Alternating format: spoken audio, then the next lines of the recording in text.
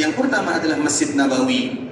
Masjid Nabawi adalah masjid yang dimuliakan oleh Allah Subhanahu wa taala, yang dia merupakan masjid Rasulullah sallallahu alaihi wasallam. Dan nanti akan kita kembalikan atau kita akan kembali melanjutkan pembahasan tentang ibadah yang kita lakukan di dalam Masjid Nabawi.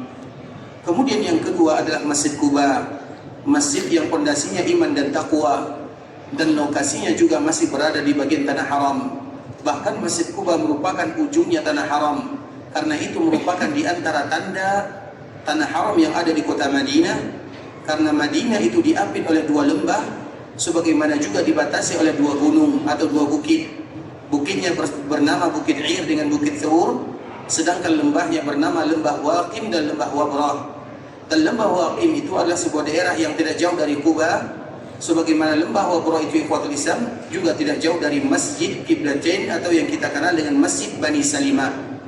Kemudian gunungnya atau bukitnya yang pertama disebut dengan Bukit Ir dan yang kedua disebut dengan Bukit Thur. Itu merupakan batasan-batasan yang menunjukkan keharaman kota Madinah.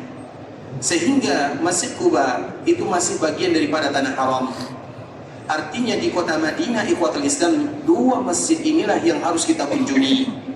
Karena di dalam dua masjid ini ada keutamaan yang tidak didapatkan di masjid yang lainnya.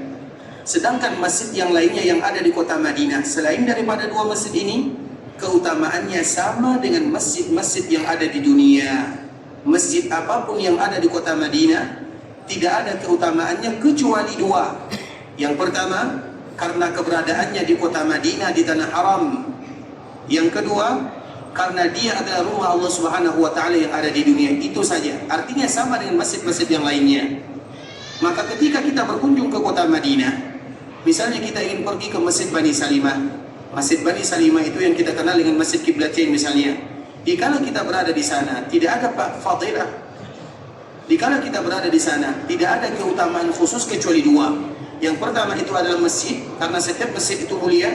Dan yang kedua, lokasinya berada di bagian daripada tanah haram. Itu saja kemuliaannya.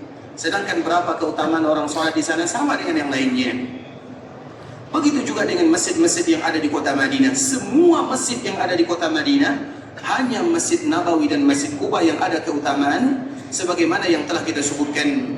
Sedangkan masjid yang lainnya mungkin memiliki nilai sejarah, seperti misalnya Masjid Khandaq yang kita kenal Masjid Sab'a Masajid. Kalau seandainya ada di antara kaum muslimin yang sholat di dalamnya, tidak menjadi masalah. Tapi keutamaan sholatnya sama dengan masjid-masjid yang lainnya. Dan keutamaan lainnya karena keberadaannya di dalam kota Madinah di tanah haram itu saja. Sedangkan Masjid Madinah atau Masjid Rasulullah SAW dan Masjid Quba itu merupakan di antara masjid yang memiliki nilai keutamaan yang sangat luar biasa. Karena dulu ikhwatul Islam, masjid yang ada di zaman Nabi SAW itu sangat banyak sekali.